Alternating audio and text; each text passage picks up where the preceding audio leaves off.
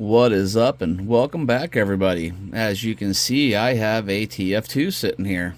This was not really a planned purchase. I looked at it a couple times. It was at my local Hobby Town, USA, and I've been wanting a TF2, so this one was sitting there, and they had 400 on it, and I wanted it, but I didn't $400 want it, and they said that it had been sitting there too long. How's 300 sound? And, well, I couldn't really pass it once it got to that price. So, it looks like they've 3D printed a toolbox in the back. These wheels and tires look great. That's probably my favorite part. Pull this body off. It does look like they have a light controller in there. So, they have put a light controller in there, and it has lights throughout.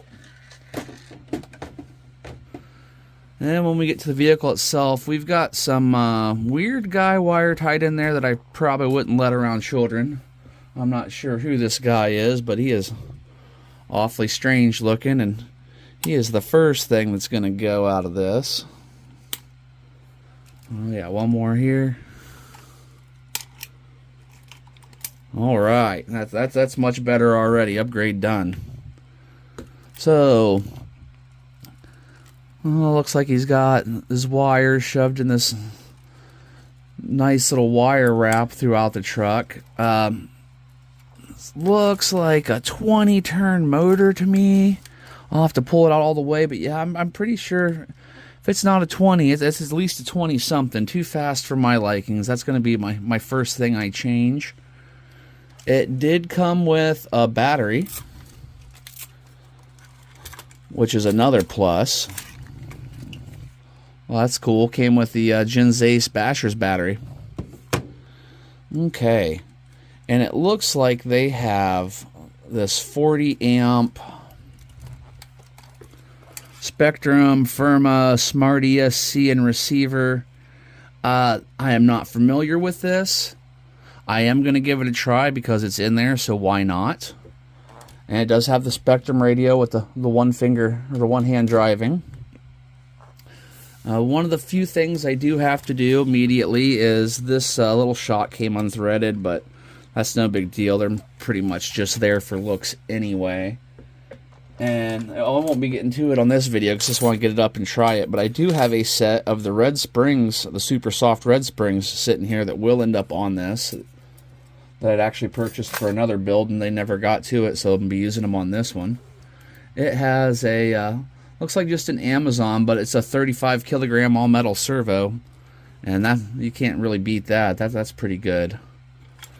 But other than that, yeah, it's just a TF2. Everything on it looks fairly decent as far as shape. It's got some scrapes on it, but it's a crawler. That was bound to happen. I'm gonna change this motor out though. I'm gonna pull it, and I think I have like a 35 turn laying around. I've got a couple crawler motors laying around. I'll just throw something else in it for now to get it going. Then I'll get back with you and we'll just get this thing out and drive it. So I've made it out to our test destination. I ended up keeping that original 20-turn motor in there because after I put a battery in it and tried it out, it didn't seem like it was too fast, so I'm going to give it a go. Water's raging today. Ought to make for some good background. No music today. So let me get this thing rolling and let's see how it does at one of my favorite go-to crawl spots.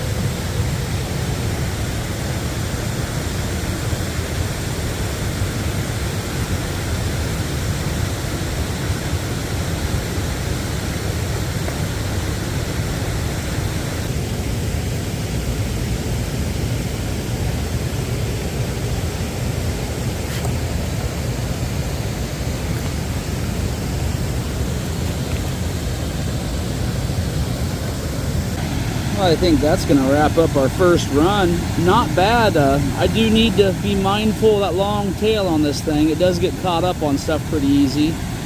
And just the whole getting used to driving this top-heavy rig that rolls over a little bit on the easy side, but sure makes for a fun challenge to drive. So that's what's kind of neat about these style of little wheeled trucks, is they look realistic, and it really takes some thought and planning before you make your lines, or else you're just not going to make them. But thanks for watching, everybody. There'll be more of this to come. I'm sure it's going to have to get a paint job and a few other things. So I'll catch you on the next video. Smash that like on the way out, and I hope you have an excellent day.